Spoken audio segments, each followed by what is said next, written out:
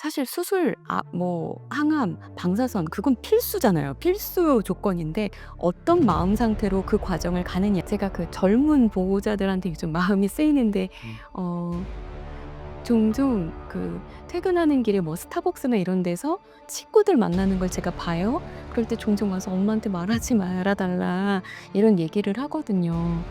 어 아니 왜 20 대가 친구 만날 수도 있지. '내가 왜 아파야 되지? 내가 왜 암에 걸렸지?' 그건 다 나의 의미를 찾는 질문이거든요. "몸이 최고야. 건강이 최고야." 라는 말씀. 아파 보니깐 이제 다시 보여. 공부 잘하려고 했던 거, 돈 많이 벌려고 했던 거 다 좋지. 그런데 건강이 무너지면 그거는 다 소용이 없는 거다. 네, 오늘은 그림으로 당신의 안부를 묻습니다의 저자 김태훈 교수님 모시고 이야기 나눠보도록 하겠습니다. 교수님 안녕하세요. 네, 안녕하세요. 모르시는 분들 구독자분들께 자기소개 할까요? 네, 그림으로 당신의 안부를 묻습니다. 저자 김태인입니다. 저는 서울여자대학교에서 미술심리치료를 가르치고 있는 교수이고 오랜 시간 병원에서 다양한 연령의 다양한 어려움에 처하신 환자와 보호자를 오랫동안 만나왔어요. 그 소중한 이야기들이 모여서 이 책으로 연결되었습니다. 제가 교수님과의 그 인터뷰를 굉장히 기다렸습니다. 네, 정말요? 제가 암에 대한 콘텐츠를 굉장히 많이 하거든요. 근데 솔직히 얘기해서 정말 의사 선생님보다 더 만나기 힘든 분을 만났다 오늘. 예, 그래서 이제 뭐 대학병원에서 암을 치료하시는 분들, 수술하시는 분들, 뭐 개인 병원에서 암 환자분들을 관리 도와주시는 분들 많이 인터뷰했는데 오늘 이 미술 치료라는 것으로 암 치료를 도와주시는 소중한 분을 모신 것 같습니다. 그래서 오늘 좀 좋은 말씀, 환자분들의 도움되는 말씀 많이 해주셨으면 좋겠습니다. 네, 말씀 주신 것처럼 암은 엄청난 질병이지만 저는 의사도 아니고 간호사도 아니고 한국의 어떤 직군에서 의료진이라고 분류되지도 않는 직군이기도 합니다. 그럼에도 환자분들이 한 생명으로 조금 소중함을 깨닫는 과정이 매우 필요한 과정이라서요. 저도 질문 주시는 거 잘 대답하겠습니다. 일단은 암 치료를 전문으로 하는 미술 치료사? 굉장히 직업도 생소하고 또 어떻게 이 길을 걷게 되셨을까 이게 궁금하실 것 같아요. 제가 암 전문 미술 치료사라고 어디에서 불리지는 않습니다. 다만 미술 치료사가 되는 과정에서 되게 다양한 곳에서 미술 치료 임상을 경험해야 돼요. 저는 석사, 박사 과정 하는 동안에는 정신과 영역에서 굉장히 오랫동안 트레이닝을 받았었는데 박사 과정 때 저희 아이가 좀 아팠었어요. 그래서 아이를 돌보면서 병원에 잠깐 있는 그 시간 동안에 세상에서 가장 겸손한 기도? 살고 죽는 거 앞에서 그 어떤 것도 뭔가 뭐 이야기할 수 없는, 그러니까 몸이 아픈 사람들 앞에서 절대적인 가치 이런 것들을 보면서 너무 소중하고 귀한 작업들이 그렇게 아픈 사람들에게 정말 스티커 하나 붙이고 예쁜 그림 보면서 또 예쁜 영상 보면서 잠깐이라도 웃을 수 있는 게 너무 소중한 시간이라는 걸 알게 되었고 그 뒤에 이 길이 그렇게 열려서 실제로 호스피스 영역이나 암병원 이런 데 되었을 때 실제 환자분들이 인생에서 굉장히 멈춤을 느끼고 이제 모든 것들이 다 멈춘 그 순간에 정말 자기에게 필요한 질문들을 하는 것 같아요. '어떻게 살아야 되나?' 그런 이야기들 속에서 제가 그 동행을, 그 질문의 답을 찾기 위한 동행을 하면서 이 길에 어떤 소명을 갖게 된 것 같습니다. 제가 알기로는 이제 병원에서 환자분들을 만나는 것을 넘어서서 메이저 언론사에 이제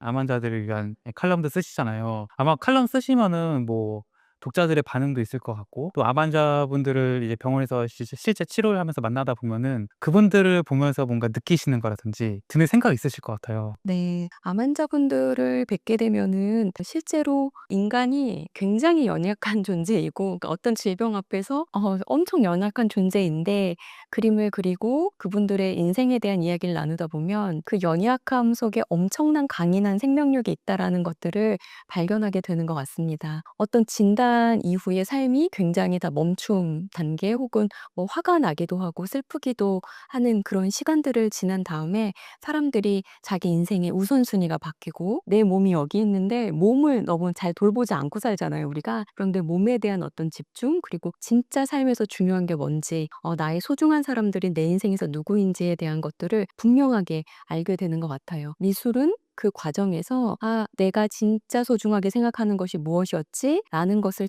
찾아가는데 도움을 주는 어떤 통로, 어떤 길이 되어 주는 것 같습니다. 지금은 그래도 유튜브를 통해서 암의 전조 증상이라든지 뭐 암 환자들한테 좋은 식품, 뭐 어떤 게 좋은지, 뭐 어떻게 치료해야 되는 이런 것들은 사실 많이 있어 가지고 암 환자들이 예전처럼 뭐 암에 대한 정보가 없다 뭐 이런 건 아니지만, 아마도 제가 생각하기에는 암에 걸리고 나서야 그런 콘텐츠를 찾아보는 것 같거든요. 근데 그분들 입장에 봤을 때 '내가 암에 걸렸어. 당장 이제 수술, 항암, 방사선 해야 되는데 갑자기 미술 치료를 하라고 왔네?'라고 했을 때 그 환자분들도 '이거 내가 이걸 왜 해야 되지?' 이런 것도 생각이 있을 것 같고, 또 이제 그런 치료를 진행하시면서 환자들의 반응을 보실 거 아니에요. 뭐 미술 치료에 대해서 암 환자분들이 어떻게 생각하고 있고 초기의 반응은 어떤가요? 저는 항상 의사 선생님들을 만나는 학회 같은 데 가서 요 부분을 꼭 말씀드리거든요. 우리나라의 어떤 의료 시스템에서는 한 명 한 명의 어떤 그 반응을 다 체크하기는 굉장히 어려운 구조이잖아요. 그런데 실제로 연령이 비슷하고 진단명이 비슷하다 하더라도 그 개별적으로 그 개인적으로 살아왔던 삶의 방식에 따라서 자기의 진단을 받아들이는 양식이 다른 거예요. 어떤 분에게는 내 평생 공부하고 아르바이트하고 직장 다니고 뭐 애 낳고 뭐 이렇게 하면서 단 한 번도 쉰 적이 없었는데 '암 걸려서야 이렇게 누워 있어 본다. 내 인생의 쉼표다.'라고 생각하시는 분들도 있지만 이제 집 사 가지고 이제 조금 살아 보려고 하는데 '내 인생은 왜 이렇게 꼬이냐. 억울하다.'라는 분들도 있는 거죠. 사람들마다 정말 다르게 인식하시는 것 같습니다. 그리고 그런 상황에서 "미술 치료하자."라고 제안을 하면 굉장히 황당한 제안으로 받아들입니다. '내가 왜 그림을 여기서 그려야 하냐.' 뭐 이렇게 또 생각하시기도 하는데요. 여기서 되게 중요한 건 머리로는 이렇게 다들 말씀하세요. "내가 이거 완치율 찾아봤는데 우리나라 요즘에 암 치료 잘한다더라." 머리로는 빨리 치료받고 빨리 복귀해서 '다시 잘 살아봐야지.'라고 생각하시는 것 같아요. 하지만 마음은 두렵고 불안하고 겁나고 미안하고 여러 가지 감정들이 있죠. 그런데 미술은 요럴 때 머리와 생각과 마음의 그 온도가 다를 때 그림을 그리면서 울컥하시기도 하고 '아 내가 왜 눈물이 나지?' 이런 말씀들을 하시면서 실제로 내가 느끼고 있는 것과 생각하는 것들을 좀 통합시키는 데 도움이 됩니다. 그러면은 좀 기억나는 환자분들 중에서 미술 치료를 이제 받다 보니 그 반응이 달라진 사례도 있나요? 굉장히 많이 계시고요. 저는 사실은 50대 중반 이후 그리고 60대 남자 환자분들은 "내가 평생 그림을 안 그려 봤는데 내가 지금 몸 아파서 여기 왔다. 왜 나한테 그림 그리라고 하냐?" 이런 분들이 때때로 그림 그리면서 "아 나 어렸을 때 이런 거 참 좋아했는데 먹고 사느라고 내가 이걸 좋아했었던 걸 잊어버렸다."라는 분들, 그리고 또 많은 분들이 "내 딸, 아들한테는 잘 못해 줬는데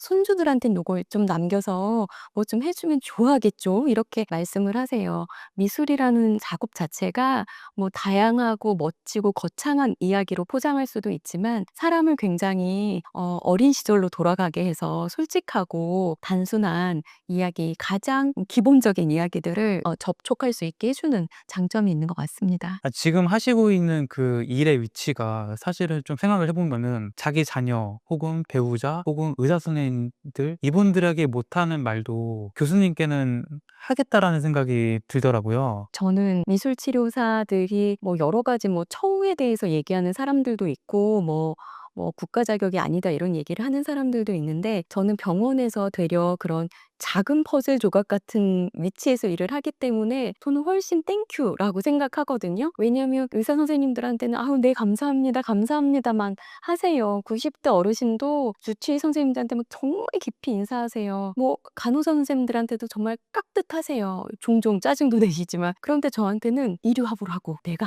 어제 무슨 일을 겪었는 줄 알아? 병원에서 화났던 거, 의사 선생님한테 서운했던 거, 간호사 선생님이 얄미웠던 거." 정말 솔직한 말씀들을 나눠 주세요. 저는 말씀처럼 뭔가 그 위치, 그리고 또 제가 표현하는 거는 작은 퍼즐 조각이지만 그 조각이 있기 때문에 환자분들이 너무 환자로만 지내는 것이 아니라 한 분의 어떤 인간으로, 한 사람으로 병원에서 존재할 수 있게 돕는 것 같습니다. 미술 치료에 대해서 사실 제가 알고 있는 거는 거의 없어요. 이제 처음 이제 이렇게 인터뷰하고 쓰신 책을 읽어보면서 제가 이렇구나라고 이제 생각을 하고 어떻게 보면 상상을 하는 건데, 이제 교수님께서 이제 정말 처음 이제 암에 걸려서 처음 만나신 환자분들도 있을 거잖아요. 그럼 그분들한테 이제 당연히 저는 물어볼 것 같아요. 뭐 암에 대한 생각이라든지 암이 뭐 왜 걸렸다고 생각하는지 이런 것들을 여쭤볼 것 같은데, 그때 환자분들이 가장 많이 보이는 뭐 감정이라든지 하는 말들이 혹시 뭐가 있나요? 정말 환자분들마다 다르고요. 그리고 환자분들 모두를 미술 치료하지는 않거든요. 네. 네. 이게 암 진단을 받고 나서 네.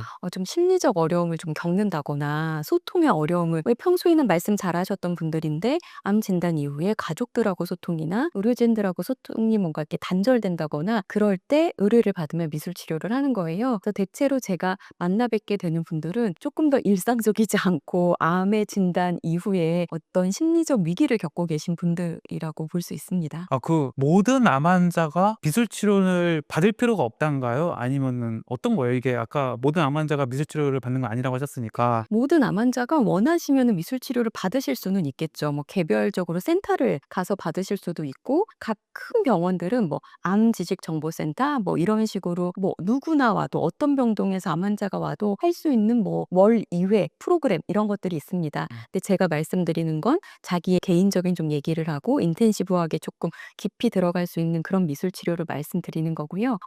제가 만났던 그 책에 담겨 있는 그 모든 사례는 주치의 선생님과 이렇게 동의하에 의뢰받고 이렇게 진행된 미술 치료 사례라고 생각하시면 됩니다. 정말로 그 미술 치료를 어떻게 보느냐에 따라 좀 다르기는 한데, 그 질문을 저는 거꾸로 이렇게 생각해 볼 수 있을 것 같아요. 모든 암 환자가 미술 치료를 받아야 되냐라는 거를 모든 암 환자가 마음 돌봄을 해야 된다라는 맥락으로는 얘기할 수 있을 것 같아요. 모든 암 환자들이 암에 걸리면은 앞서 말씀 주신 것처럼 유튜브에서 다 그 묵묵히 건강 음식, 무슨 해독 주스 막 이런 것만 보세요. 그런데 그런 많은 정보가 결코 마음을 편안하게 하진 않거든요. 많은 정보는 적용되지 않았을 때 불안을 높여요. 저희가 학원 같은 데 가서 상담하면 내 아이만 늦었나? 이렇게 생각하는 것처럼요. 그래서 모든 환자들이, 암 진단을 받은 모든 환자들이 미술 치료를 해야 된다라는 것보다 모든 암 환자들이 몸을 위해서 항암을 받고 수술을 받고 방사선을 받는 그런 절차처럼 내가 지금 마음이 괜찮은지 마음 돌봄을 하는 거에는 반드시 신경 쓰는 건 필요할 것 같아요.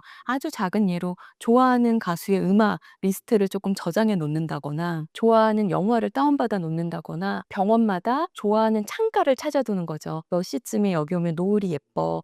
요런 것들을 좀 보면서 너무 내 아픈 몸에만 집중하지 않고 아름다운 풍경, 아름다운 음악 이런 것들을 조금 찾아보려고 하는 심리적인 노력, 이렇게 자기를 돌보는 노력들은 좀 있었으면 좋겠어요. 그 말씀은 우리가 이제 암을 치료하는 데 있어서 뭐 음식, 뭐 수술, 뭐 항암, 방사선 물론 다 중요하지만 마음이 미치는 영향도 굉장히 크다라는 걸 의미할까요? 그렇죠. 그리고 사실 수술, 항암, 방사선 그건 필수잖아요. 필수 조건인데 어떤 마음 상태로 그 과정을 가느냐에 대한 것이 좀 다른 것 같아요. 물론 긍정적인 마음이었어도 이후에 결과가 안 좋을 수 있습니다. 하지만 그 과정에서 많은 분들이 그냥 열심히 뭔가 뭐 그림을 그리던 거, 열심히 하던 모든 취미 활동들 이런 모든 것들을 암 진단 이후에는 약간 멈춰 두거든요. 그리고 그냥 '암 치료에만 몰두한다.'라고들 많이들 사시는데요. 암 치료에 몰두하는 것 안에 플러스 나의 마음 돌봄, '내가 지금 너무 슬프구나. 아 기대했는데 수치가 계속 그렇구나. 나 지금 실망했네.'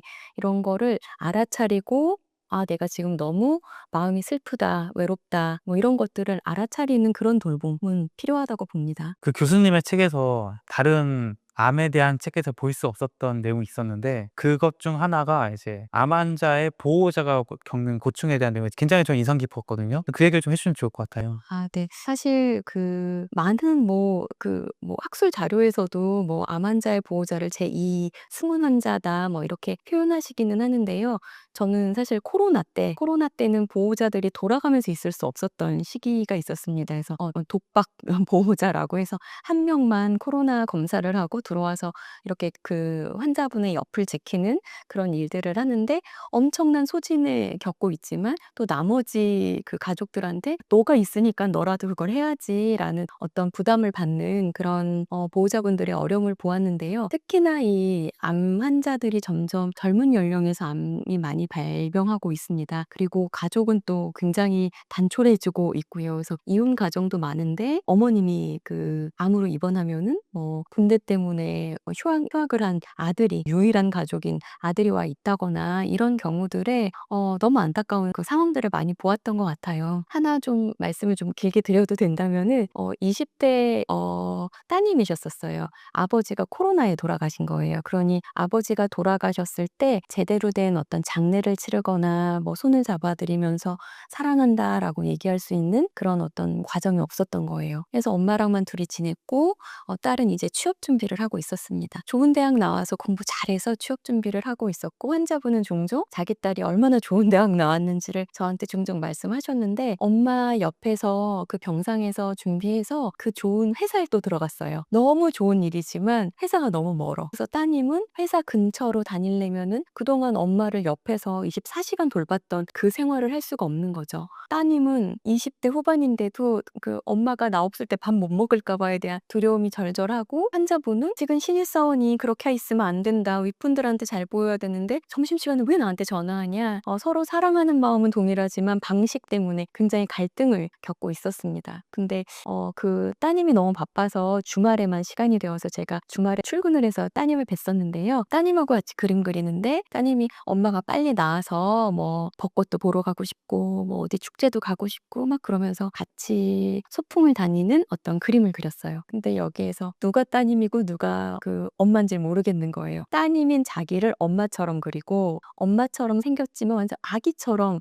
엄마를 그려 놓은 거죠. 그래서 제가 그림을 보면서 약간 웃음이 나는 거예요, 둘 다. 그래서 "어떠세요?" 그랬더니 자기도 너무 당황하면서 "내가 엄마 같고 엄마가 딸 같다."라고 본인의 그림을 보면서 그렇게 말씀하셨고 제가 이렇게 어깨를 쓰다듬으면서 엄마의 엄마 노릇하느라고 요즘 좀 힘든가 봐요."라고 얘기했더니 그때 따님이 조용히 눈물을 흘리시더라고요. "선생님 나도 예전에 젊고 건강한 엄마가 있었다면 나도 좀 기대면서 다른 신입사원들처럼 엄마한테 찡찡거리고 그럴 텐데 그러지 못한 게 여기 이렇게 나타나나 봐요."라고 하면서 힘든 이야기들을 나눌 수 있었어요. 그런 그림을 그리고 이걸 알아차렸다고 해서 상황이 바뀌는 건 아니죠. 그럼에도 불구하고 그 따님은 그날 '내가 지금 이 과정에 최선을 다하고 있구나.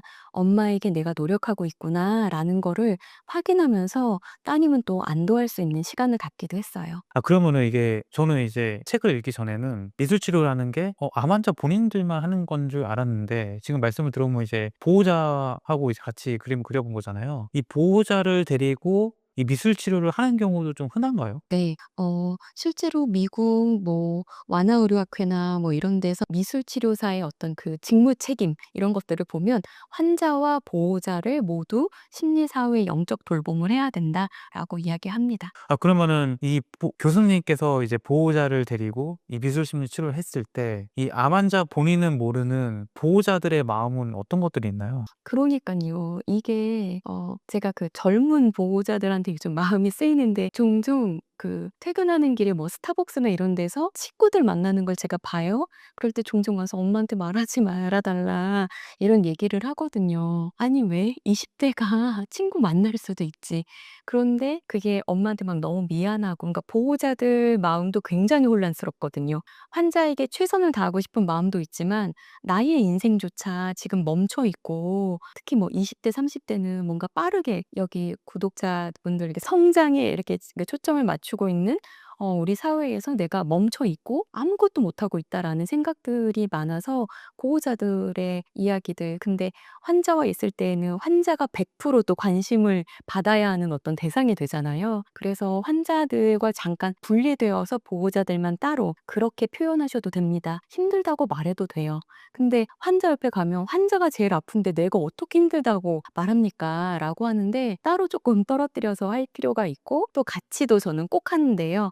같이 하는 건 환자분께 이거 당연한 거 아니에요. 따님이 와서 옆을 지키는 건 당연한 게 아닌데 어머니 엄청 복 받으셨어요. 그리고 또 아내가 지키는 경우에는 아내분이 이렇게 옆에 와서 있는 것도 당연한 거 아닙니다. 라고 해서 보호자분들과 환자분 사이에 어떤 추억 남기기 작업도 반드시 진행합니다. 하지만 또 따로 또 이렇게 모셔서도 작업하고요. 아니 그 환자분들 본인도 물론 이제 옆에서 간호를 해 주면은 '아 이 가족이 나를 위해서 이렇게 희생한다.'를 이제 어렴풋이 또 마음으로는 알고 있지만 이 교수님이 미술 치료할 때 그렇게 삼자를 그 대면해서 이 마음을 뭔가 보여줄 수 있는 기회를 갖는다는 게 예 그 암 환자 본인들이 그걸 봤을 때 좀 충격을 받을 수도 있고 좀 새삼 이 보호자에 대한 미안함도 커질 수 있을 것 같은데 보통은 어떤 반응들을 보이나요? 그렇게 삼자가 해서 이런 상황들이 서로 공유가 됐을 때 암 환자분들이 느끼는 뭔가 감정이나 이런 건 어떤가요? 첫 번째 보호자가 그 뭔가 옆에서 환자를 돌보면서 느끼는 심리적 소진이 너무 크다는 걸 굳이 환자하고 공유하지는 않고요. 만약에 보호자하고만 작업했으면 그건 보호자하고의 걸로 이렇게 끝내고 같이 있을 때 이렇게 하게 된다면은 지금 말씀해 주신 것 중에 삼자라는 표현이 정말 중요한 것 같은데요. 그냥 한 병원에서 커튼 탁 치고 그냥 두 분이 있을 땐 지지고 볶고 기도 하고 그냥 서로에게 도대체 뭐가 도움이 되는지도 모르는 그런 상황에 삼자가 들어가면 조금 의식을 하게 되고요. 삼자가 그 상황을 뭔가 내러티브 해 주잖아요. 그래도 그 따님이 오시니까 또 웃으시네요. 뭐 또 그래도 따님이 오시니까 이렇게 하시네요. 뭐 따님이 엄청 아버지 본다고 이렇게 왔대요. 이렇게 하면서 감사함이나 미안함이나 이런 것들이 있다면은 표현하라고 해서 그 시간에 반드시 표현할 수 있도록 하고 제가 두 분이 이렇게 진심으로 사랑하는 가족이 서로 어려움을 돌봐주고 있는 이 장면에 제가 증인이 되었습니다.라고 꼭 이야기해서 이게 어떤 정말 큰 이벤트처럼 그냥 침성 앞에서 진행된 거지만 어떤 이벤트처럼 인식하실 수 있도록 돕곤 해요. 그래서 말씀하신 것처럼 환자 입장에서는 너무 미안할 수도 있고 너무 미안해서 막 그냥 옴짝달싹 못 하시는 경우들도 있죠. 그럴 때 되려 보호자가 있을 때 같이 말씀드립니다. 보호자가 노력해서 이렇게 환자분을 돌보는 과정에 환자가 미안해서 그 돌봄을 받지 못한다면 그게 더 미안해지는 거니까 고마운 건 고맙다, 미안한 건 미안하다, 사랑할 땐 사랑한다 라고 꼭 얘기하자라고 하면서 관계를 조금 다시 리셋해 보는 경험들을 해요. 그러면 그게 별거 아닌 것 같아도 좀 리프레시 되는 그런 시간들을 갖습니다. 아니 이 사례가 이제 20대 후반이라고 하니까 이제 뭔가 뭐 저보다 어리긴 하지만 제 또래 같은 느낌이 들고 하고 제 상황과 또 비교가 되니까 얼마나 또 고충이 클지 또 상상을 하게 되는데 이게 이렇게 좀 어린 자녀가 이제 부모를 간병을 하는 경우도 있을 것 같고 또 배우자가 간병을 했을 것 같고 그 배우자가 또 삼자 그거 했을 때는 또 분위기가 또 다를 수도 있다는 생각이 드는데 좀 차이를 느끼시나요? 그 배우자가 있을 때와 어떤 자식이 있을 때와 다른 거 중에 분명한 거 하나는 배우자를 조금 더 편안해 하시는 것 같기는 해요. 그 남자 환자분들은. 며느리가 있을 때하고 아들이 있을 때보다 그 배우자가 있을 때 조금 더 편안해 하시는 거는 분명한 것 같고 종종 그런 거 하시죠. 그때 가서 뭐 환자분들이 뭐 "아버님 그러면 어머님께 조금 고맙다 좀 표현해 보시겠어요?" 이러면 평생 안 했는데 그걸 지금 내가 해 봤자 뭐 하냐고. "아니 안 해 보고 살았으니깐 지금 해 볼까요?" 라고 했을 때 또 그거 뭐 "아내에게 고맙다. 그리고 그동안 미안했다."라고 말씀을 하실 때 그걸 또 고맙게 받아주시는 분들이 계시고 "빨리 낫기나 해라. 지금 그 얘기한다고 뭐가 달라지냐."라고 또 매섭게 쏘아붙이시는 분들도 계시죠. 아니 뭐 방금도 말씀하셨지만 그렇게 미술 심리 치료를 이제 보호자분이 한다고 해도 상황이 나아지지는 않는다고 하셨잖아요. 그러니까 내가 뭐 당장 간병 안 할 수도 없는 건 사실 그거니까. 그럼 그런 상황에서 교수님께서는 그 보호자한테 어떤 얘기를 해 주세요? 지금 할 수 있는 거는 충분히 다 하고 있는 거다. 그래서 이 보호자가 뭘 고민했냐면 휴직을 고민했어요. 그래서 제가 미술치료사가 아니라 인생을 먼저 살았던 50대 언니로서 얘기하자면 "아니다. 그거는 엄마가 원하시는 것도 절대 아닐 거다. 그리고 정말 그게 고민이면 어머님께 여쭤봐라. 만약에 휴직을 하고 엄마 옆에 있다면 엄마는 더 불편하고 너무 미안하실 거다. 너무너무 멋진 직장인으로 딱 그 직원증 메고 와서 엄마도 보여 드리고 회사에서 선배들한테 예쁨 받는 얘기도 와서 들려 드려라." 라고 말씀드리면서 그 역할을 잃지 않도록 엄마를 사랑하는 마음 때문에 본인이 나아가야 하는 그 성장을 멈추지 않도록 격려했었습니다. 혹시 가족의 간병을 받고 있는 지금 암 환자분들에게 좀 해 주고 싶은 말씀 있으세요? 저는 정말 아주 심플해요. "고마울 때 고맙다고 표현합시다."예요. 그걸 꼭 말해야 하나? 네. 말해야지 알아요. 왜냐하면 둘 다 너무 힘든 상황이거든요. 서로의 표정을 보면서 알아차릴 수 있을 만큼 마음의 여유가 있는 상태가 아니에요. 그러니 "고마울 땐 고맙다. 내가 아까 아파서 짜증이 났다. 정말 미안하다." 이런 말씀들을 조금 표현하면서 지내셨으면 좋겠다라는 거, 그다음에 옆에 가족이 지켜준다는 건 엄청 복 받으신 거라는 것도 꼭 알고 계시면 좋겠어요. 네. 다시 이제 암 환자에 대한 얘기를 해 볼게요. 이제 암 환자분들이 아마 대부분 이제 뭐 보이는 반응이 이제 "괜찮다. 나 괜찮다."라고 많이 얘기할 것 같은데, 이제 미술을 통해서, 그림을 통해서 환자의 마음을 보시는 교수님의 입장에서 그림을 통해 보이는 환자의 마음은 어떤가요? 미술은 정말로 좀 솔직한 마음을 만나게 해 주는 것 같아요. 특히 병원에서. 병원은 자극이 별로 없잖아요. 병원은 커튼 색깔도 되게 안정적이고요. 병원 복도 색깔도 굉장히 톤 다운된 어떤 안정된 색깔입니다. 그리고 왜 의사 선생님들도 목소리 톤이 굉장히 이렇게 점잖으시고 막 그래요. 그런데 실제로 자기의 솔직한 것들을 잘 드러내지 못하고 계시는 분들이 상당히 많습니다. 조금 예를 들어서 설명드려도 될까요? 60대 후반, 70 대가 안 되신 환자분이셨는데 그분은 미술 치료를 엄청 좋아하셨어요. 그 이유는 자기가 되게 예술적인 사람이다. 유럽 여행도 많이 갔었고 어디 미술관에서 어떤 게 있다 엄청 멋있게 해서 그러시냐? 전 못 가 봤다."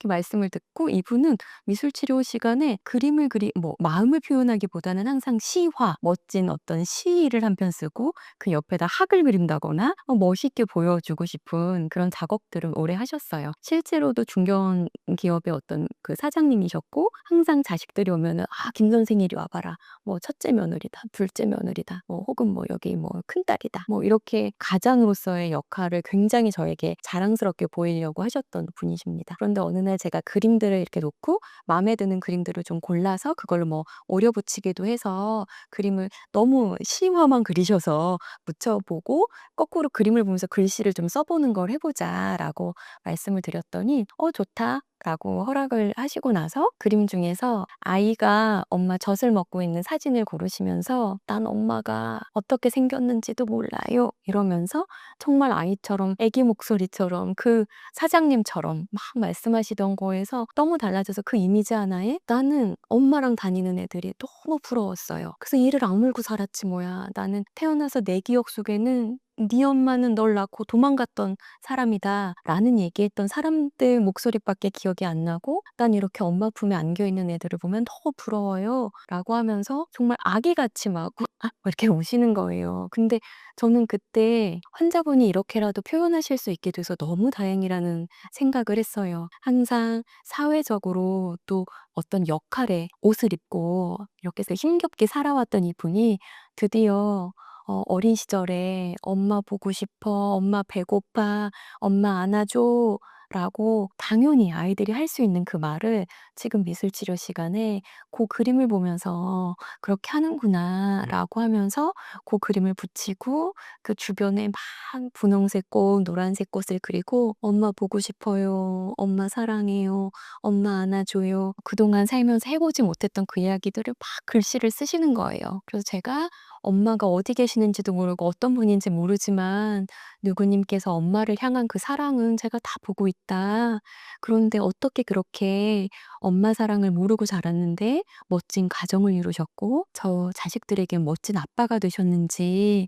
막 그렇게 물으면서 '내가 받지 못한 사랑이었지만 지금 나는 내 자식들에게 이렇게 보암직한 아버지가 되어 있구나.'라는 걸 또 인식하실 수 있는 시간이 되기도 했습니다. 대체 미술과 그림이 어떤 힘이 있길래 그렇게 평상시에는 하지 못하고 진짜 그 모습에서 상상할 수 없었던 모습과 말들이 나오게 되는 걸까요? 저는 몸이 아파서인 것 같아요. 몸이 아파지고 있잖아요. 그럼 인간은 더 본질적인 질문을 하는 것 같고 '나한테 정말 더 필요한 건 뭔가?'라는 생각을 좀 하는 것 같아요. 몸이 아플 때 인간은 가장 겸손해지거든요. 회사 매출 혹은 남들이 나를 어떤 대표로 볼까가 아니라 진짜 인간 나. 아픈 내 몸이 있는 이곳에 있는 나에 대한 집중이 되기 때문에 그런 작업을 할 수 있는 것 같아요. 근데 이제 그 모습을 이제 교수님께 보여줄지 말지는 사실은 이제 선택할 수 있는 거잖아요. 맞아요. 네. 그건 어떻게 가능한 걸까요? 다행히 환자분들이 저를 좀 편안하게 생각해 주시고 이게 나쁘게 말하면 좀 만만해 보일 수 있는 사긴 환자분들이 친근하게 봐 주시는 거가 엄청 큰 것 같아요. 거기에 또 이제 교수님의 노하우와 경험과 이런 것들이 쌓여 있겠죠. 제가 봤을 때 이제 제가 그냥 뭐 심리 전문가는 아니지만 암 전문의사님들한테 암 환자가 느끼는 감정에 대해서 얘기를 한 적이 있었거든요. 그때 일단 가장 1단계로 나오는 감정이 이제 왜 하필 나에게 뭐 이게 분노일 수도 있고 억울함일 수 있다라는 감정이거든요. 근데 그런 감정들도 교수님께서 도와주라고 해야 되나? 그림에 나타나게 되나요? 맞아요. 그렇다고 하고 뭔가 그 단계가 있잖아요. kübler-로스가 말한 그 단계가 있는데 중요한 건 그 단계가 뭔가 딱딱 일어나는 게 아니라 그 단계가 있고 계속 오간다라는 그래서 어느 날은 이제 "저분이 수용 단계로 들어선 것 같아."라고 하는데 다음 날 막 베개를 던지고 계시기도 하고 그래서 중요한 건 요즘은 그 다섯 개의 단계가 있는데 그 다섯 개 단계 다 "그럴 수 있는 거다."인 거예요. 그래서 저는 환자분들이 "아니 난 왜 이러지? 계속 왜 이러지?" "무슨 말씀이세요?" 파도래요, 파도. 왔다가 갔다가 왔다가 갔다가. 그런데 중요한 건 그런 감정이 막 휘몰아친다 하더라도 놓치지 않아야 되는 건 미술 치료가 어떤 앵커처럼 닻을 내려주는 어떤 중심축처럼 적어도 내 자신을 잃지는 않은 상태에서 '내가 오늘은 화가 나네. 그리고 왜 아닐 것 같은데? 저거 보니까 아닌 것 같은데?' 혹은 '기도를 더 많이 하면은 쪼끔 뭐 간증을 들으니까 어떻던데?' 이런 마음이 오가는 거 그냥 '다 괜찮다. 그냥 그거를 다 괜찮은 거다.'라고 쪼끔 하는 편이에요. 제가 듣기로는 이제 보통 암 환자한테 이제 암에 대해서 그려 보라고 하면은 이제 뭐 새빨간색이거나 뭐 검정색 이렇게 뭐 그린다 이런 얘기를 들었거든요. 실제로도 그런가요? 그러니깐요. 그 질문을 하실 것 같아서 제가 너무 다행이었어요. "안 그래요."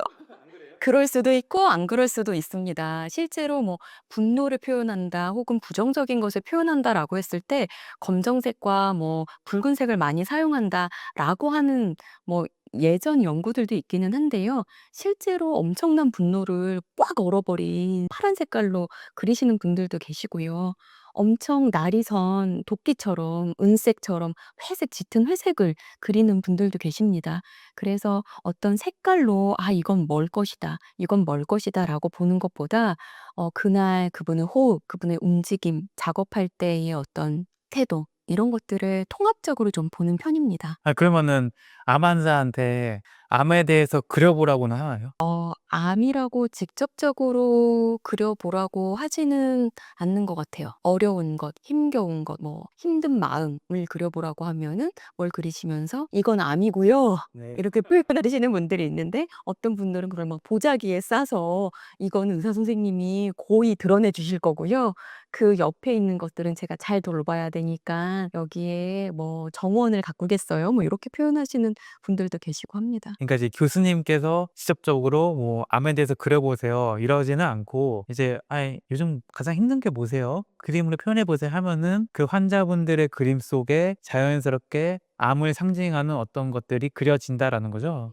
그리고 그 암을 상징하는 것뿐만 아니라 암으로 인해 겪고 있는 어려움을 그리죠. 암이라는 거는 굉장히 그냥 의학적인 그냥 거기 어디에 종양이 있어 이런 거잖아요. 그러니까 삶의 질이 떨어진 것에 대해서 많이들 표현하시죠. 그러면은 그 그림에는 암이 있을 수도 있고 없을 수도 있겠네요. 그런데 결국 암으로 인한 음. 것이죠. 네. 다 그림에 드러나 있진 않을 수 있으나 어쨌거나 그렇게 드러난 그림조차도 암과는 연관성이 있다. 네. 그러면은 이제 환자분들이 가장 궁금한 거는 뭐 아까도 말했지만 미술 치료가 무슨 암을 없애주는 그런 치료도 아니고 뭐 이거 한다고 뭐 암이 낫는 거야? 뭐 이런 생각도 가지고 있을 것 같고 실제로 뭐 교수님께서 경험한 암 환자가 미술 치료 받았더니 이렇게 변하더라라는 뭐 사례가 있을까요? 뭐 실제로 요런 것들은 있어요. 암 환자들을 대상으로 한 연구들을 뭔가 메타 연구나 미술 치료 쪽의 연구들을 보면은 암의 크기를 줄이거나 이런 것들은 없다 하더라도 암으로 항암 과정에서 당연히 수반되는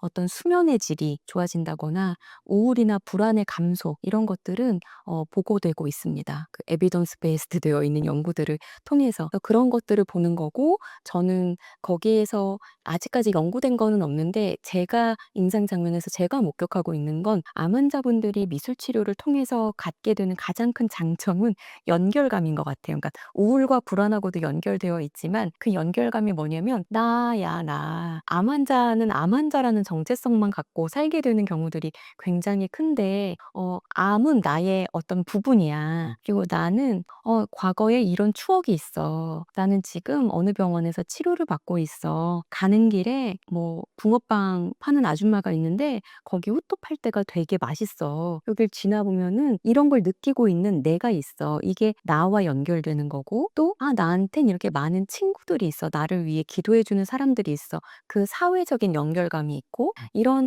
관계에 대한 것들을 유지할 수 있는 어떤 힘이 생기는 것 같아요. 그러니까 이제 미술 치료를 통해서 이제 암 환자들이 많이 겪는 뭐 수면의 질 저하라든지 불안감 이런 것들을 이제 좀 완화시키거나 감소시킨다는 것은 연구를 통해서 이제 어느 정도는 확인이 된 사실인 거고, 이제 그런 효과들이 나타나면은 그게 이제 간접적으로 어쨌거나 암이 치료가 되는데 도움이 된다, 긍정적인 영향을 준다라는 거죠. 네. 치료 수능도를 높인다 이런 표현들이 있는데요. 네. 병원에 가서 제대로 치료 더 받아야지 이런 마음들을 갖게 되죠. 아니 그러면은 이거 궁금하긴 해요. 의사분들은 뭐 극단적인 예로 뭐 수술을 하는 의사 선생님은 이 환자의 암을 내가 스스로 제거해야지 이런 목표를 가지고 들어갈 거잖아요, 수술실에. 그러면은 지금 뭐 연결감도 말씀하시긴 했지만 이 암 환자들을 대상으로 미술 치료를 하시는 분들은 이 환자들을 대할 때 어떤 마음으로 이게 치료를 하시나요? 그게 환자들한테 그냥 이렇게 재료 들고 "안녕하세요." 이렇게 봐서 하지 않고 네. 오늘 어디 병동에 어떤 환자분이 어젯밤에 엄청 분노해서 옆 침대하고 뭐 싸움이 있었다. 뭐 가족들이 왔었는데 뭔가 요즘에 그런 문제 뭐 재산 문제 뭐 혹은 뭐 무슨 문제 때문에 다툼이 있었다더라. "한번 좀 가서 좀 감정 살펴 주세요." 이렇게 의뢰를 받고 가게 돼요. 그래서 목표가 있게 갑니다. 불안이 굉장히 높아서 이분이 뭔가 너무 불안이 높아서 눈을 못 감는 분들, 눈을 감으면 무슨 일이 일어날까 봐 이런 분들 뭐 불안 때문에 지금 뭐 의뢰드려요. 혹은 이분이 지금 남편한테 뭐 어떤 얘기하고 싶답니다. 뭐 이런 구체적으로 어떤 병원에서는 의료사회복지사들이 안내해 주고요. 어떤 병원에서는 간호사 선생님들이 인계해 주십니다. "오늘 이 환자, 이 환자, 이 환자 만나 주세요." 이런 식으로. 그러니까 이제 특정 문제를 겪는 이제 암 환자분들을 이제 이미 대상이 있고 정확하게 이제 미술 치료를 하시는 분들은 그 감정을 이제 어쨌거나 해소를 해 주려고 명확한 목표를 갖고 들어가면 그냥 막연하게 그냥 '아 오늘 암 환자랑 그림 그려야지.' 뭐 이런 차원이 아니군요, 이게. 실제로 정신종양학이라는 게 있는데요. 그런 종양학 안에서 보면은 암 환자분들의 정신과적 어떤 어려움들을 도와주는 그런 학문인데요. 그런 것들이 있어요. 신체의 어떤 지표들 실제로 뭐 혈압을 재거나 체온을 재거나 호흡수를 뭐 보거나 이런 것들은 객관적 지표잖아요. 재면은 나오지만 굉장히 중요한 게 스트레스하고 통증은 굉장히 주관적이거든요. 뭔지 아시죠? 네. 이 예쁜 거 사면은 약간 아픈 거 덜한 것 같고 기분 좋은 사람을 만나고 나면은 아픈 게 싹 사라지는 것 같고 괜찮은 것 같았는데 또 기분 나쁜 일이 있어 다시 허리가 아프고 이것처럼 실제로 스트레스를 완화한다는 것들을 위해 이런 개입이 되는 게 작은 게 아니라 통증 완화에 굉장히 큰 도움이 될 수 있습니다. 아 그게 심리랑 연결되니까 이게 진짜 암 환자가 느낀 통증을 줄이는데도 당연히 효과를 볼 수 있겠군요, 이게. 그 교수님께서 이제 미술 치료 전과 후 환자의 눈빛이 달라졌다고 느끼는 순간이 있다고 하셨잖아요. 구체적으로 어떤 변화들이 일어난 건가요? 그쵸. 이런 게 저도 막 멋진 의사들 선생님들처럼 어떤 환자가 완치되어 이런 표현이면 너무 좋겠지만 질병의 어떤 진행 상황이 달라진 게 아니라 진짜 그림에 몰입하고 작업을 하고 본인이 작업하신 그림에 어떤 의미를 막 부여해. "아유 곱다. 예쁘다. 너무너무너무 예쁘게 됐다." 이렇게 막 느끼시는 환자분들은 눈빛이 엄청 살아난다라고 느끼거든요. 병원에서는 사실은 뭐 "몇 시에 뭐 찍으러 갈 거예요." 그런 스케줄, 그리고 옆 침대 사람이 "오늘 누가 왔구나." 뭐 간호사가 "오늘은 어떠네." 이런 자극밖에 없어요. 그런데 병원에서 내가 어떤 색깔을 고르고 재료를 골라서 어떤 작업을 하는 그 순간은 굉장히 나한테 집중하는 시간이거든요. 병원에서 의사 선생님들이 내 얘기를 해도 나의 통증 얘기를 하고 내 몸이지만 엑스레이 사진을 띄워 놓고 설명을 하고 내 마음을 다 다루는 시간은 별로 없습니다. 그런데 아주 짧게라도 나에 대한 것들이 담겨서 내가 집중해서 내가 양손을 움직여서 무언가를 만들어냈을 때 "아이고 곱다. 아이고 이거 꼭 뭐 같네. 이건 만두 같네." 라고 하실 때는 그 눈빛이 달라진다라고 그 느끼는 포인트가 환자의 눈빛이 아니라 그냥 지하철에서 만날 수 있는 분들의 눈빛처럼, 물론 지하철에서도 힘들어서 이렇게 있는 분들도 많이 계시겠지만 그렇게 달라진다라는 게 가장 크게 느끼는 보람이에요. 저 혼자 느끼는. 지금 말씀 들어보니까 암 환자들 특히 이제 입원해 있는 암 환자들 입장에서는 너무 기다려지고 너무 즐겁고 이런 시간이 될 것 같아요. 네네. 또 심지어는 이분들이 '아 나 이제 죽는구나.' 이 죽음만을 생각할 수 있는 건데 오히려 이런 활동들을 통해서 삶의 의미를 찾을 수도 있겠다는 생각이 드네요. 맞아요. 그게 제 미술 치료 목표의 가장 큰 거는 '내가 왜 아파야 되지? 내가 왜 암에 걸렸지?' 그건 다 나의 의미를 찾는 질문이거든요. 그 과정에 아주 작게 점토 작업을 하시든 스티커를 붙였든 의미 있는 작업, 의미를 찾아가는 과정에 여정을 보여주는 어떤 지도에서 '내가 여기 서 있어. 내가 여기 서 있어. 이만큼 변화했어.' 암의 어떤 진행 과정들은 의사 선생님들이 다루어 주시겠지만 마음에 내가 나의 의미를 찾아가는 과정에 어떤 통로가 되어 주고 여정의 어떤 증표가 되어 주는 게 미술 작업이라고 봅니다. 또 직접적으로 환자의 치료 의지를 높여줄 수도 있겠고요. 네. 아까 잠깐 우리가 파도처럼 왔다 갔다 한다고 표현하긴 했지만 보통 이제 암을 진단받으면은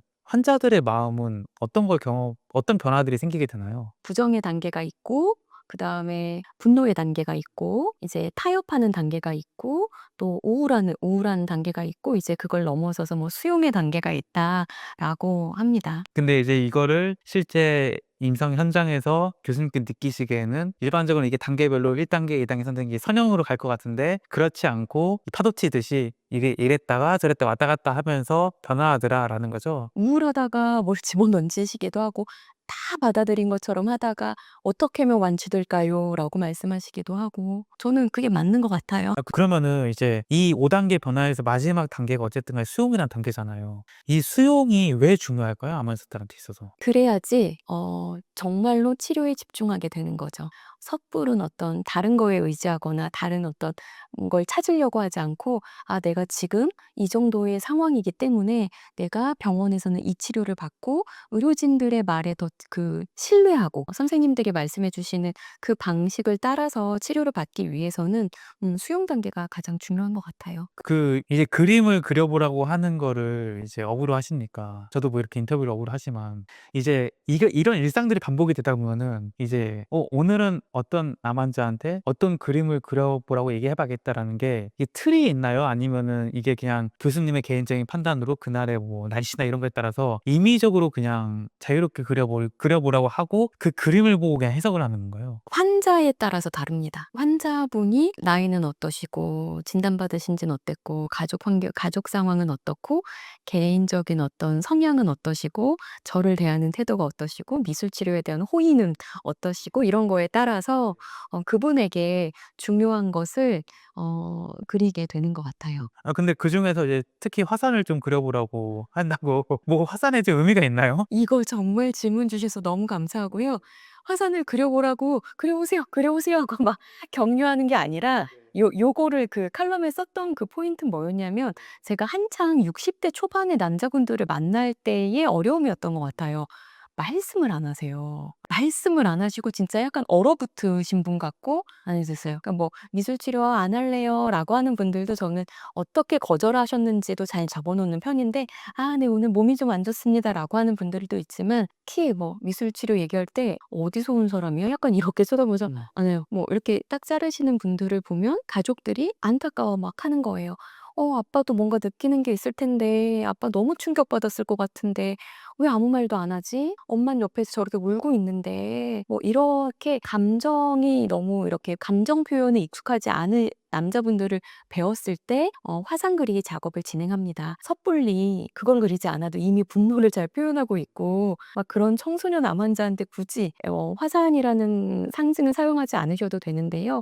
그렇게 표현이 어려우신 남자분들, 장년층의 남자분들과 작업할 때에는 화산 작업을 하면서 "화산의 역할이 뭐냐.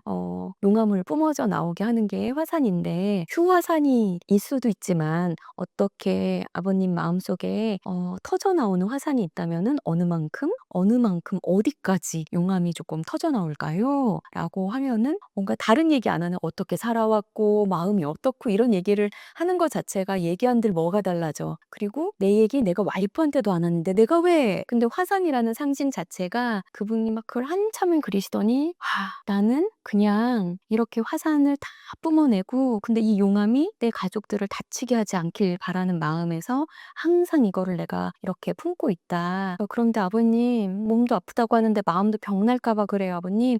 그러면은 실제로 삶에서 그렇게 못하시니 도화지에 떠서라도 뜨겁고 막 정말 막 무서운 그 용암이 뿜어져 나오는 거를 마음껏 표현해 보셔도 된다라고 하고서는 이렇게 작업을 했어요. 되게 시원해 하셨는데 요거는 환자 가족들이 없을 때 작업했거든요. 병실로 가면서 걱정하는 거예요, 환자분이. 자꾸 자기가 터져 나오게 될까 봐. 그러면서 저한테 제주도에 예쁜 오름 사진을 하나 출력해 달라. 자기가 어떤 화산을 뿜어져 나온 적은 있으나 이제는 사람들이 와서 조금 편히 있다 갈 수 있는 그런 오름으로 자기가 이걸 좀 바꿔보고 싶다라고 말씀하시면서 안정을 찾기도 하셨습니다. 아 그 교수님이 지금 그 환자가 있었던 일을 들려주셨잖아요. 그러니까 그 환자의 모습 저는 뭐 본 적도 없지만 제가 상상해도 와 그 화산을 어떻게 그렸을지 또 그 화산을 그리고 다시 병실로 돌아가는 모습이 그려졌어요 딱. 그래서 이게 저는 진짜 완전 건너듣고 이런데도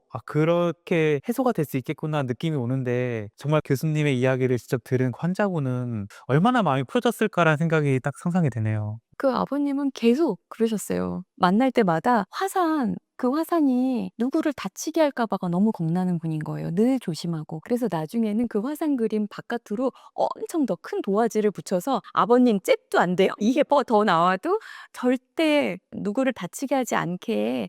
그런데 아버님 마음에서만 이게 답답한 게 터져 나왔으면 그것만으로 오케이예요라고 이렇게 정리했어요. 말씀드린 것처럼 개별적인 성향, 개인적인 그 성향에 따라서 이분에게는 화산이라는 그 상징 자체가 엄청 도움이 되었죠, 표현하는데. 그러면은 뭘 그리게 할 건지는 어떻게 보면은 개개인의 미술 치료 전문가들의 역량과 판단에 달라질 수 있겠네요. 네, 맞습니다. 그래서 이걸 보고 누군가가 그 암 환자분들한테 그냥 막 아무 때나 화상 그려보라고 할까 봐 나 지금 겁났어요.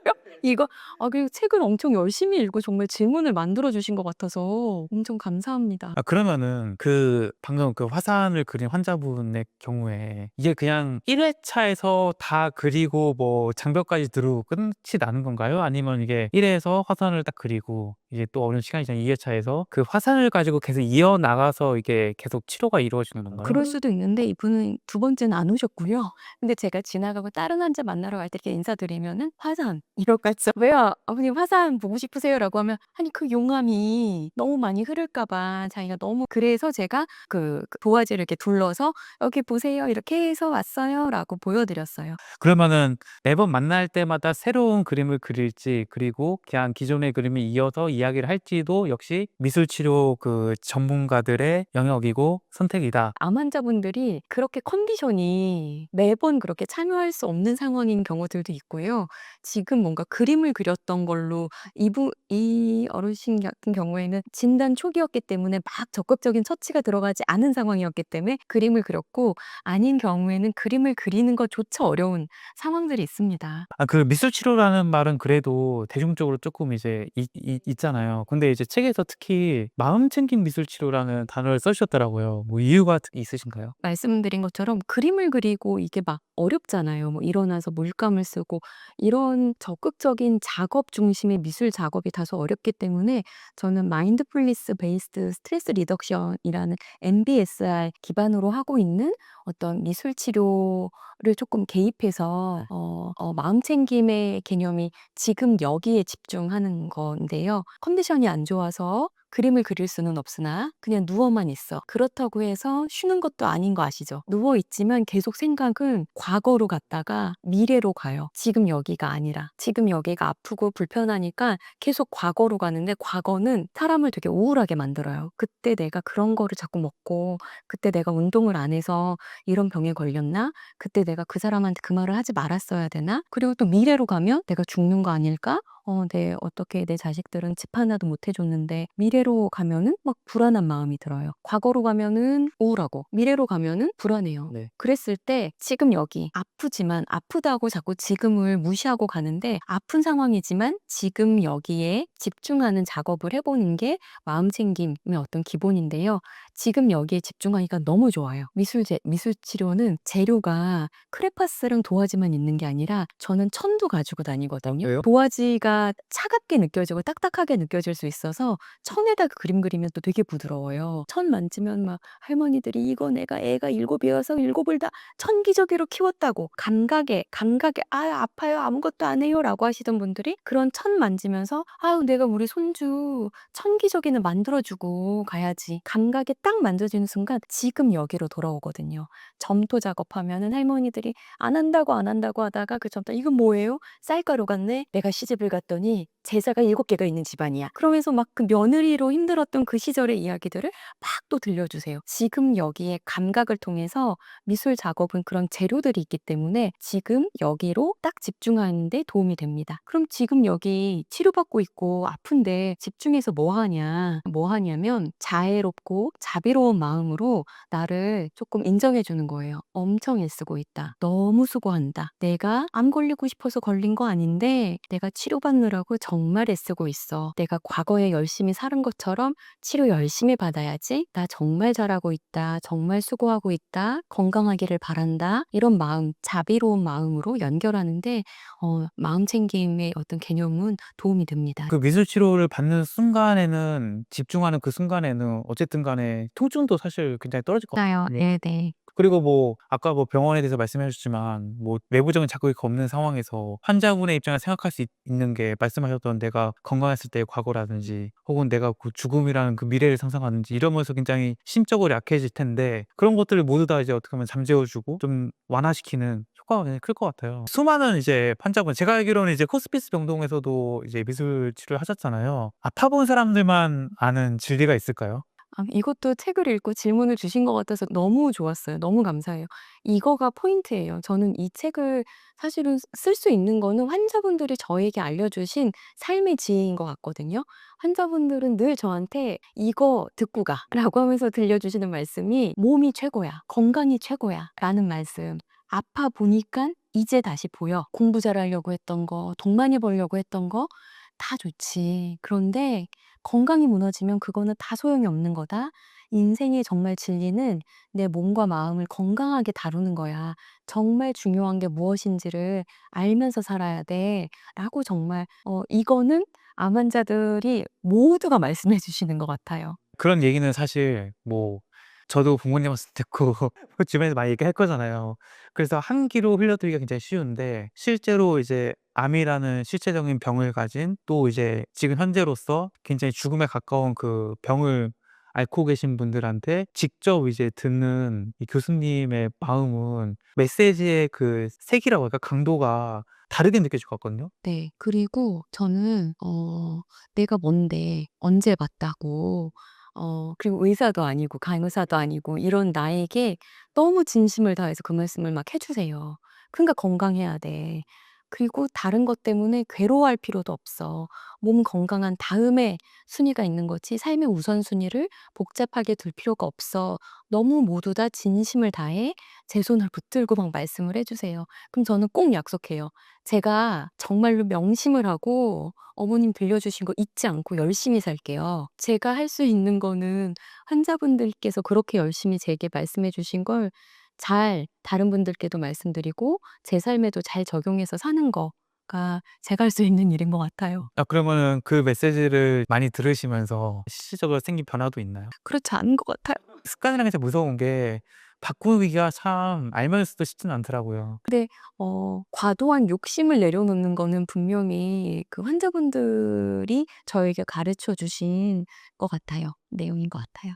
그 호스피스 완화 의료센터에서 이제 진짜 그분들은 이제 병원에서는 저희가 더 이상 해드릴 수 있는 게 없습니다. 남은 여생을 그래도 편안하게 행복하게 살다 가세요라는 메시지로 이제 호스피스 병동이 있는 거잖아요. 그분들을 만나면서 느끼는 시간의 상대성이라는 거는 어떤 얘기인가요? 저 정말 아니 이것도 읽으신 거잖아요. 저 너무 깜짝 놀랐고 너무 물어봐 주셔서 너무 감사한데 너무 신기하잖아요. 호스피스 병동에서는 오래 못 봬요. 아주 길게 뵌 분이 2달이었고 나머지는 사실은 뭐 6주 안에 한 3-4주 안에 돌아가시는 경우들이 더 많은데 너무 신기하죠. 90세 할아버지인데 20분 만나고 오잖아요. 제가 그분의 90년 여정을 삶을 함께 살았던 것 같은 느낌이 들 정도로 밀도감 있게 말씀해 주시는 거예요. 그러니까 시간이라는 것이 진짜로 그 밀도감이 얼마나 중요한 건지 그리고 생의 마지막이 되면 될수록 앞서 말씀드린 것처럼 삶의 본질에 집중해서 이야기를 나누시기 때문에 정말 해야 되는 이야기, 뭐 체면 차리면 사는 얘기, 이거는 뭔가 사회적인 맥락에 살 얘기를 다 빼놓고 정말 하고 싶은 말씀들을 그 과정에서 하는 말씀을 같이 이렇게 듣다 보면 전 어쩔 때는 내가 정말 가서 며칠 밤을 있었던 것 같은데 40분 지났어. 근데 이분의 80년 인생을 어떻게 이렇게 처음 본 나한테 내가 뭘 하고 이걸 이렇게 말씀을 나눠 주시지? 그런 생각들을 하게 돼요. 아니 진짜 아이러니한 게 죽음에 가까울수록 삶의 본질에 가까워지는 거잖아요, 어떻게 보면. 그게 참 아이러니하게 느껴진다. 교수님 답변을 들으면서도 저도 새삼스럽게 다시 한번 느끼게 되네요. 그러면은 그렇게 이제 임종을 앞둔 환자분들을 또 대상으로 미술 치료를 또 하실 거잖아요. 그럼 그분들의 그림이 뭐가 좀 다른가요? 그림을 그리실 수도 있는 분들이 계시고 그림을 거의 못 그리시는 분들도 많이 계세요. 아예 움직이는 게 어려우시고 그런 분들의 경우에는 과거의 사진들을 조금 이렇게 스크랩해 가지고 보여 드리거나 '아 내가 좀 잘 살았구나.' 뭐 '아 맞다. 나한테 저런 시기가 있었지.'라는 것들을 느끼게 해 드리는 경우들도 있고 진짜 많이 나오는 건 그림을 그릴 수 있는 분들은 진짜 많이 나오는 건 고양이예요. 그래서 저는 요즘에 AI가 있어서 너무 좋아요. 태블릿 PC로 빨리 이렇게 해서 "아버님 여기 충남 홍성." 막 이렇게 보여 드리고 그 달이 "알았어요. 지금 찾아볼게요. 지금 이렇게 됐는데 요거 흑백으로 바꿔 볼게요.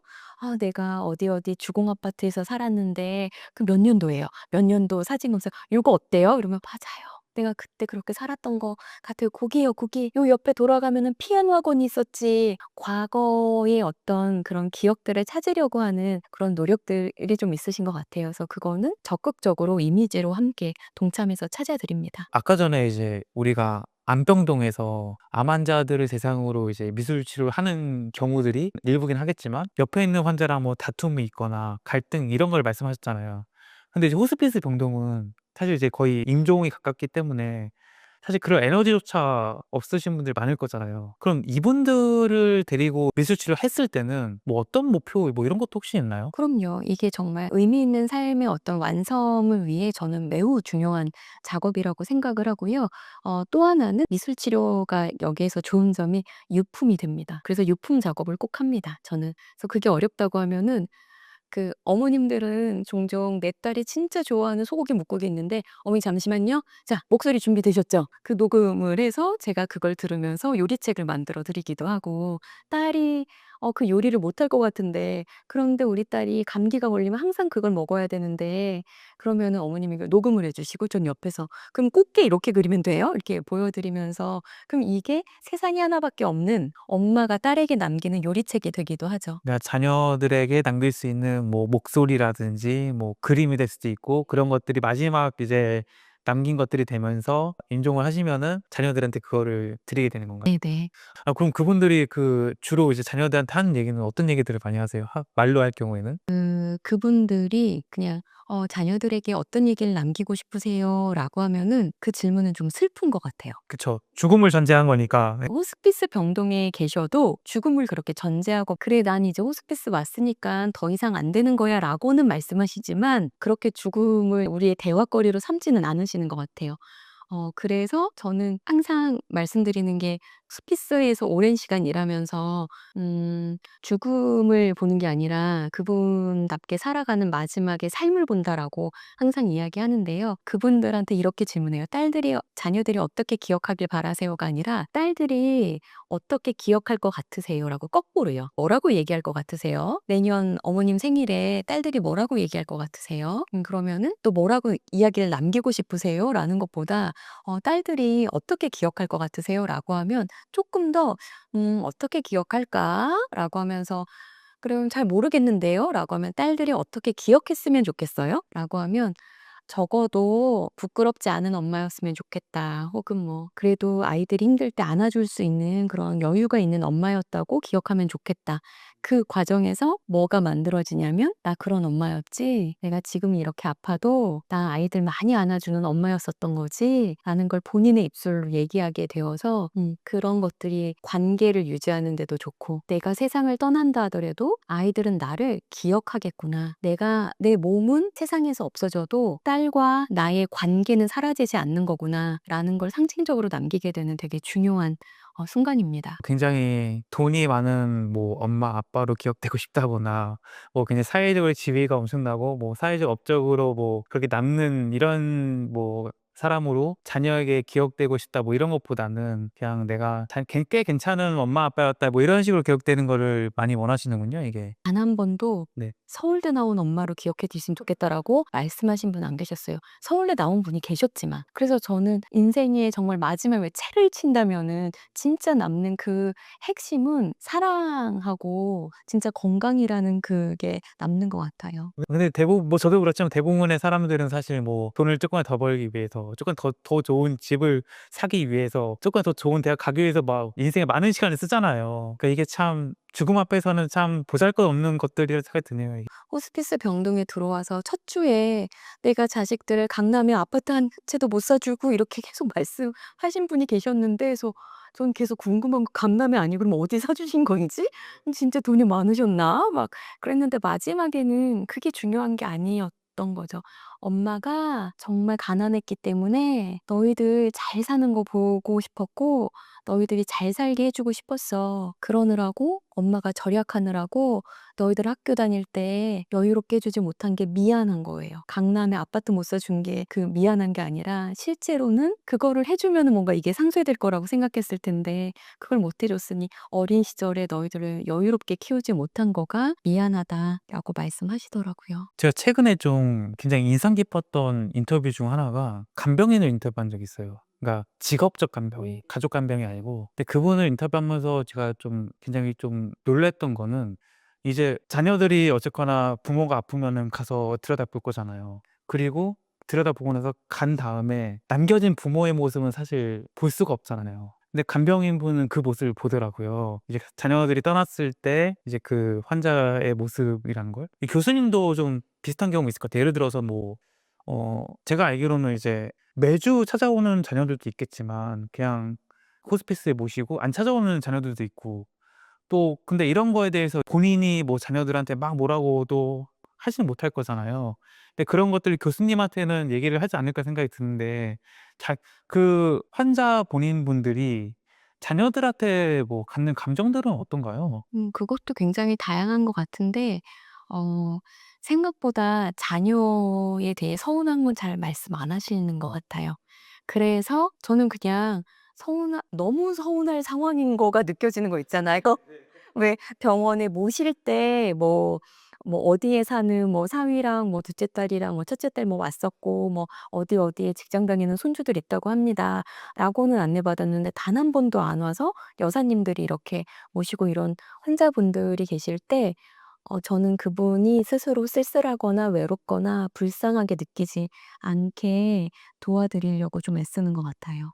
책에서 이제 "마음이 지쳐 있는 분들에게 미술 치료를 권하고 싶다."라고 하셨는데 이유가 있으신가요? 마음이 지쳐 있다라는 걸 알지도 못한 채 우리가 굉장히 많이 마음이 지쳐 있는 경우들이 많습니다.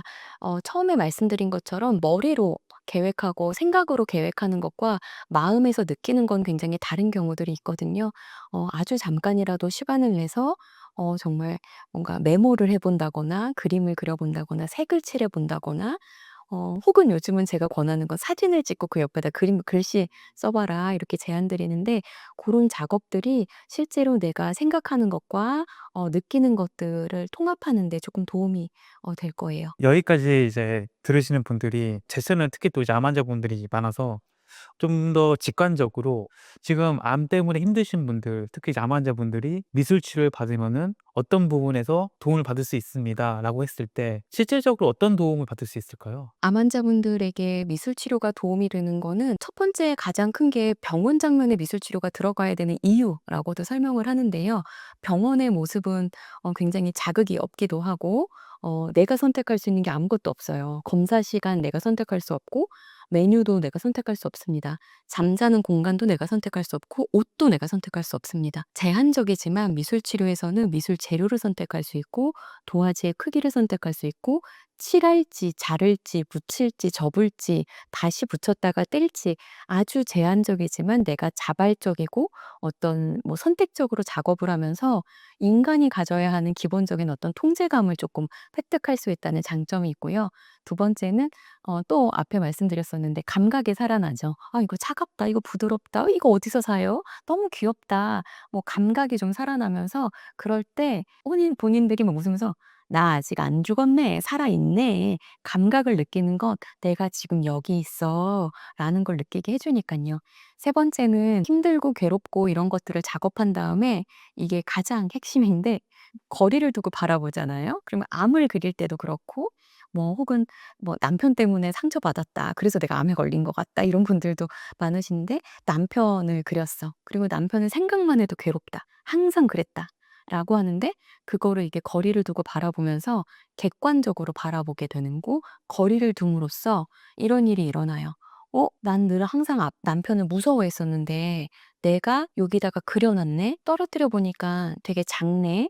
내가 작은 존재가 아니구나.'라는 것들을 느낄 수 있어요. 그래서 요런 과정들에서 내가 마지막으로는 그런 것들 정말 중요한데, 창조하는 인간으로서의 즐거움을 느끼는 거예요. '아 예쁘다. 즐겁다.' 창작하면서의 느끼는 그 즐거움을 느끼는 거는 환자여도 빼앗아 갈 수 없는 부분인 것 같습니다. 제가 이제 이렇게 암에 대한 콘텐츠를 하다 보니까 이제 의사 선생님들을 인터뷰해서 그 암 환자들의 뭔가 상황들을 듣거나 혹은 암 환자분들 중에서 이제 흔히 쉽게 얘기하면 완치가 돼서 "나 이렇게 암을 극복했습니다."라는 분을 인터뷰할 때가 있어요. 예, 그러다 보니까 암 환자들이 실제 그 투병하는 과정들에 대해서 그냥 이렇게 어떻게 간접적으로 혹은 다 나은 모습만 보고 과거 얘기를 들으니까 제 나름대로 그냥 상이 '아 암 환자가 그냥 일반 환자들하고 비슷하겠구나.' 이렇게 생각했는데, 제가 이제 암병원에 가서 촬영을 했을 때가 있었거든요. 그때 가서 실제 그 암 환자들이 그 뭐 환자복을 입든 일상복을 입든 그 앉아 있는 모습을 보니까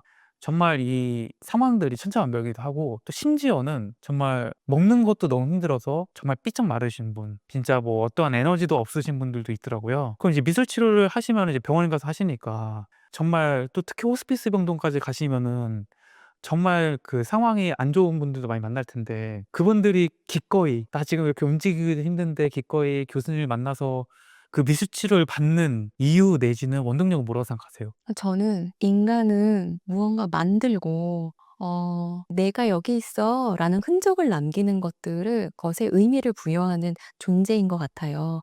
그래서 특히 호스피스 병동에서는 제가 미술 치료를 굉장히 많이 하는 것 중에 하나가, 그릴 수 있는 힘이 없으신 분들이 많으시기 때문에 손 도장을 찍는다거나 지장을 찍는다거나 손 위에다가 석고 같은 걸 붙여서 어떤 형태를 뜬다거나 라는 작업들을 하곤 하는데요. 실제로 그런 작업들이 완성이 되었을 때, 내가 이렇게 누워 있어서 아무것도 못하는 것이 아니라 '내가 저런 것들을 만들어 냈다. 그리고 이게 누군가한테 어떻게 선물될 거다.' 그런 관계를 이렇게 연결해 나가는 데도 도움이 됩니다. 요즘에는 신경심리학이라고 해서 그런 것도 있어요. 아름다운 그림을 보면은 실제로 뭔가 '통증이 조금 완화된다.'라는 어떤 이야기들도 있는데요.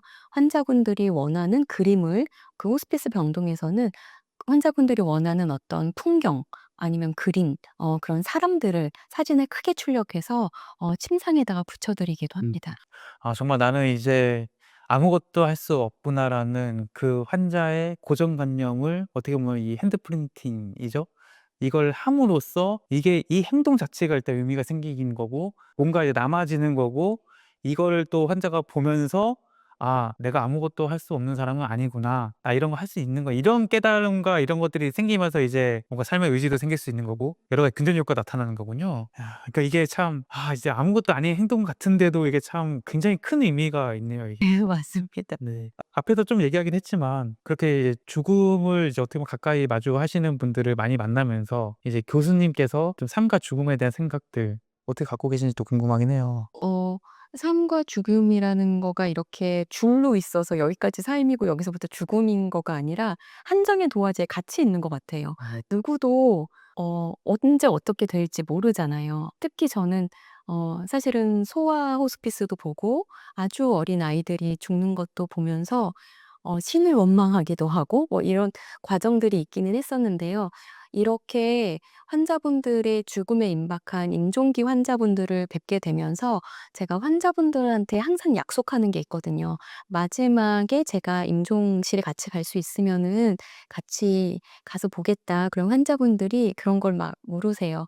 "내가 너무 아프지 않고 죽는 거였으면 좋겠어요.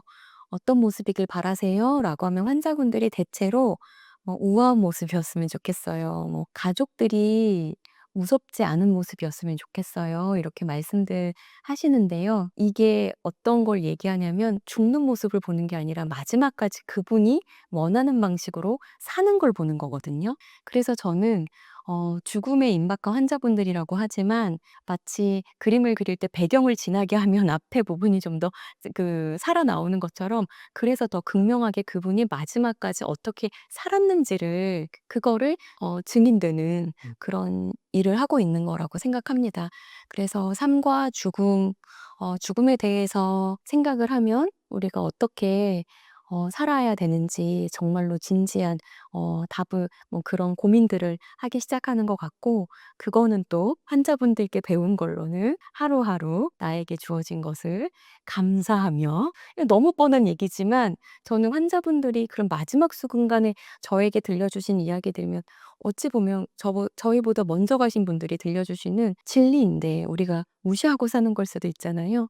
감사하고 자연을 바라보며 자연의 생명력을 나에게 불러일으키면서 하루하루 살려고 합니다. 그러니까 이제 뭐 우리가 흔히 이제 뭐 한강이 보이는 고층 아파트에 살고 뭐 대통령이 되고 사회적으로 굉장히 유명한 사람들 이런 것들을 잘 사는 삶이라고 생각하는데 그게 아니라 '내게 주어진 오늘 하루하루를 충실하게 사는 게 정말 잘 사는 삶이더라.'라는 건가요? 네. 정말 부잣집 부자고 병원에 기부도 많이 하고 그런 분들이나 생활보호 대상자여서 왜 수급자인 분들이나 죽음의 모습은 동일한 거를 저는 많이 보았고 어 물론 가족들에게 빚을 남기는 그런 거는 경제적으로 어려움이 되겠지만 임종기에 갔을 때 환자분들이 느끼는 가장 중요한 것들의 우선순위는 정말 다르더라라는 것들을 많이 봅니다. 그 이번에 이제 '그림으로 당신의 안부를 묻습니다.'라는 책을 출간하셨잖아요. 이 책은 어떤 책인가요? 네. 제가 3년 동안 그 헬스 조선이라는 앱 웹진에 기고하던 칼럼을 모아서 쓰게 된 책입니다. 뭐 어떤 분들이 좀 어떻게 읽으면 좋을까요? 네. 암 투병하시는 분들 그리고 암을 지나오신 분들 사실 생존자라고 하시지만 또 생존자분들도 불안을 많이 겪게 되는데요. 또 암 투병에 도움을 주고 계시는 보호자분들도 함께 읽으시면서 마음의 위로를 받으셨으면 좋겠어요. 이 책에 담겨져 있는 거는 저의 이야기라기보다 미술 치료에 참여하셨던 환자분들의 소중한 이야기이기 때문에 '아 나만 이 길을 가고 있는 게 아니구나. 다른 사람들도 이렇구나.'라는 마음으로 어떤 위로를 얻으실 수 있었으면 좋겠습니다. 진짜 책을 보니까 이제 이혜인 수녀님도 쓰셨더라고요. 뭐 어떤 인연이 있으신가요?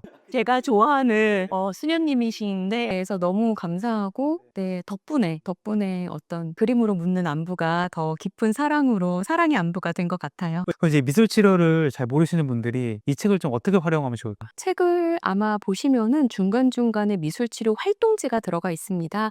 가장 중요한 거는 거기에 적혀 있는 대로 무언가 활동을 해 보라는 것보다도 저는 휴대폰 가지고 계속 어떤 정보를 찾으시기보다 잠깐 멈추어서 책을 책을 읽고 끄적거려 보시는 어떤 작업을 하는 공간을 조금 마련을 하고 싶었거든요. 그게 숨 쉴 구멍 약간 이렇게 표현을 해서요. 그래서 고런 작업들을 이어나가 보실 수 있었으면 좋겠어요. 지금 이 순간에도 이제 암과 싸우고 또 꼭 암이 아니라 또 중대한 병과 싸우고 있는 분들을 위해서 좀 치료사로서 어떤 얘기를 해 주고 싶으세요? 지금 말씀 주신 것처럼 암 투병 중에 우리는 암과 많이 싸운다라고 말하는데요. 몸은 여러 치료 과정에서 암과 싸우고 있습니다, 진짜. 그런데 내 마음까지도 너무 전투적인 자세로 나에게 불친절하게 네가 이래서 그런 거야. 자꾸 나를 탓하는 걸 또 찾게 되는 경우들이 너무 많거든요. 항암으로, 방사선으로 암과 싸우고 있는 의료적 처치가 있으니 우리가 누워 계시는 그 어두운 커튼 속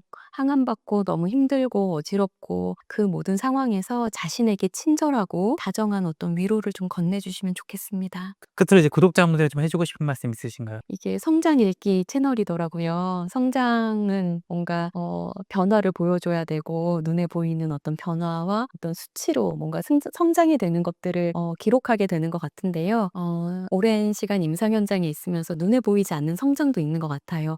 안으로 깊어진다거나 깊이를 더하는 성숙의 개념들도 같이 생각해 보면 좋을 것 같고 성장이 더딘 어떤 시기를 보내고 있는 분들이 스스로에게 친절하고 다정한 어떤 분들이 되시면 좋겠습니다. 그래서 지금까지 그림으로 당신의 안부를 묻습니다의 저자 김태훈 교수님과 이야기 나눠봤습니다. 오늘 좋은 말씀 해주셔서 감사합니다. 감사합니다.